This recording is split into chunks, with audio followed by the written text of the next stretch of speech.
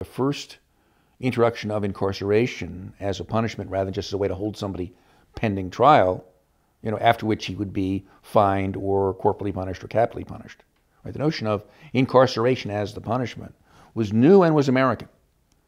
The Quakers introduced it in Pennsylvania in the 1830s. That's why de Tocqueville came to America. He wanted to study this brilliant new correctional reform that the Pennsylvanians had introduced. And their notion was to create a place where people would repent.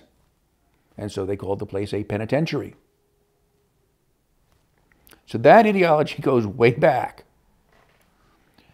And what it ran into in the 1970s was social science. There were a bunch of studies of the rehabilitative effects of incarceration, and they mostly yielded very unimpressive results. Looked as if, on average, sending somebody to prison didn't actually reduce his future crime rate. One of the fathers of sociology, Emile Durkheim, had sort of argued that in societies, all societies need deviance, and they need a certain amount of deviance, and you sort of look at that deviance and say, that's what's bad, that's what's wrong, and those of us who are not deviant, we are therefore defined as good. We know what the norms are. These are outside the norms. The political system was happy to adopt as the meaning of that body of research, nothing works. So that got to be sort of the received point of view. Not what the studies actually said, but that's what people believed.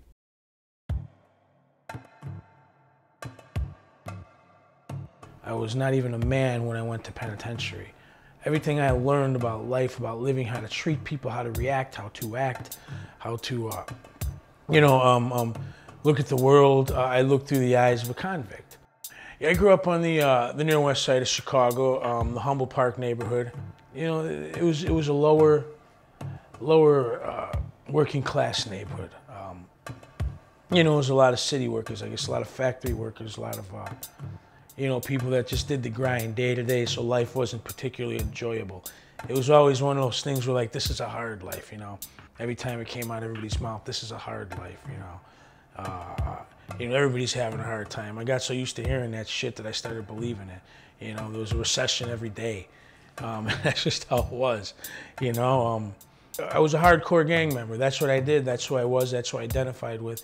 That doesn't mean that I was a person that didn't have empathy for others, that didn't care about other people, but I did know what I had to do to survive. And if you were going to get in my way, if it was between you and I, then you had to go.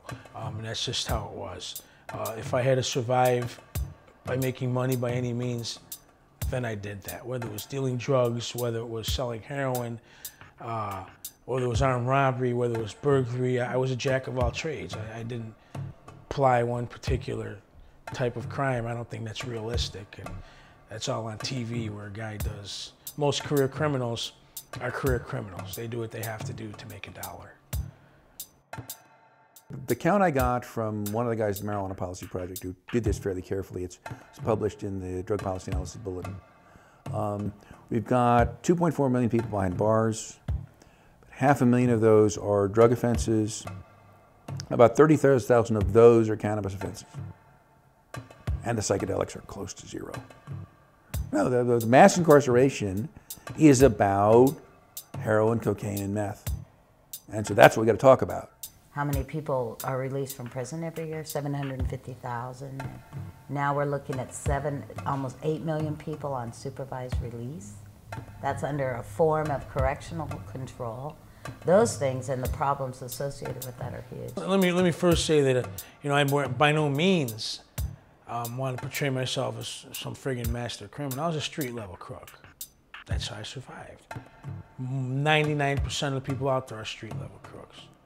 I wasn't out stealing the Queen of England's diamonds, although I do know the guys that did. And those are the type of people that I was raised around. Did I come up against a lot of honest police officers? No, I came up against guys who wanted to be honest, but because of the forces around them weren't able to be. If anything, they were passive and dismissive with the things that, they saw and did. I know a lot of dirty cops, man. I know a lot of dirty cops, and let me tell you, we dealt with a lot of dirty cops as gang members that dealt drugs for us, that ran security for us on drug deals. You know, there's a fine line between, you know, the criminal and the police officer. And they always tell you a good cop's got to think like a crook, and that's true. You know, and I don't want to sit here and say that that everywhere cops are bad. In my experience, they weren't the best. You know, and if you look at the record of, you know, Chicago Police Department, sometimes they're not. You know, a lot of them are doing heavy time right now, you know. Well, if the purpose of incarceration was rehabilitation, and if incarceration didn't actually rehabilitate, then we should do less incarceration.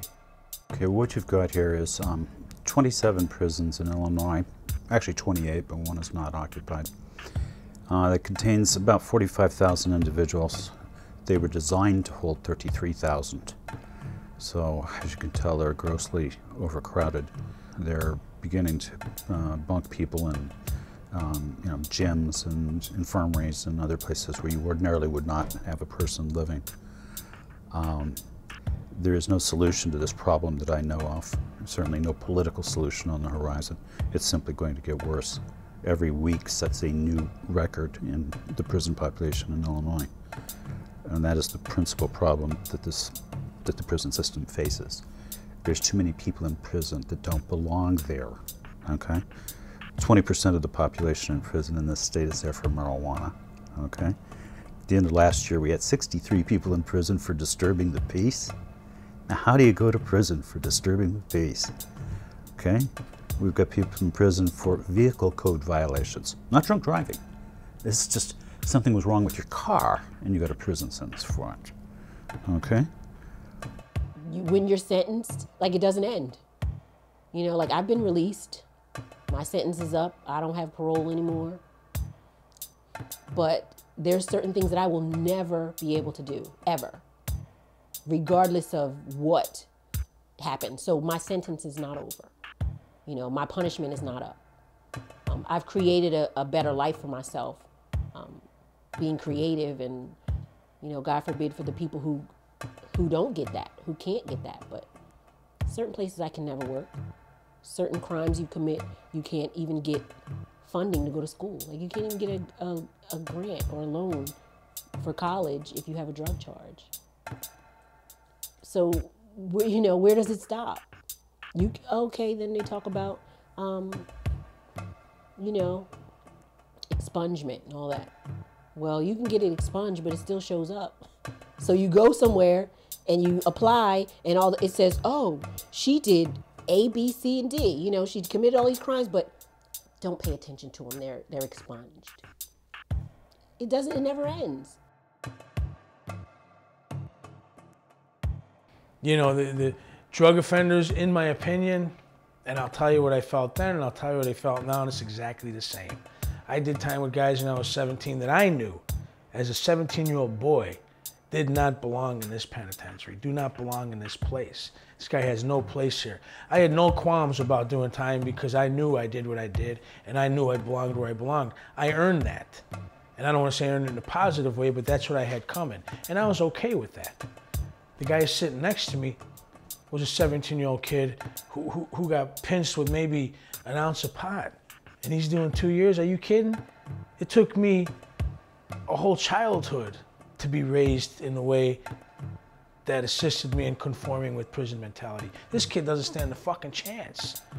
You know what I mean? Not only is he gonna get hurt in here, you're gonna turn loose a lunatic. You know, it took me a long time to get used to a lot of things, you know, and prison isn't the end of it. You know, prison's a mind fuck. It's 90%, 10%, 90% psychological, 10% physical. You know, physical stuff you can get past the next day. You heal up, the bruises go away. You know, the psychological part, I think, is what damns a lot of people for the rest of their life.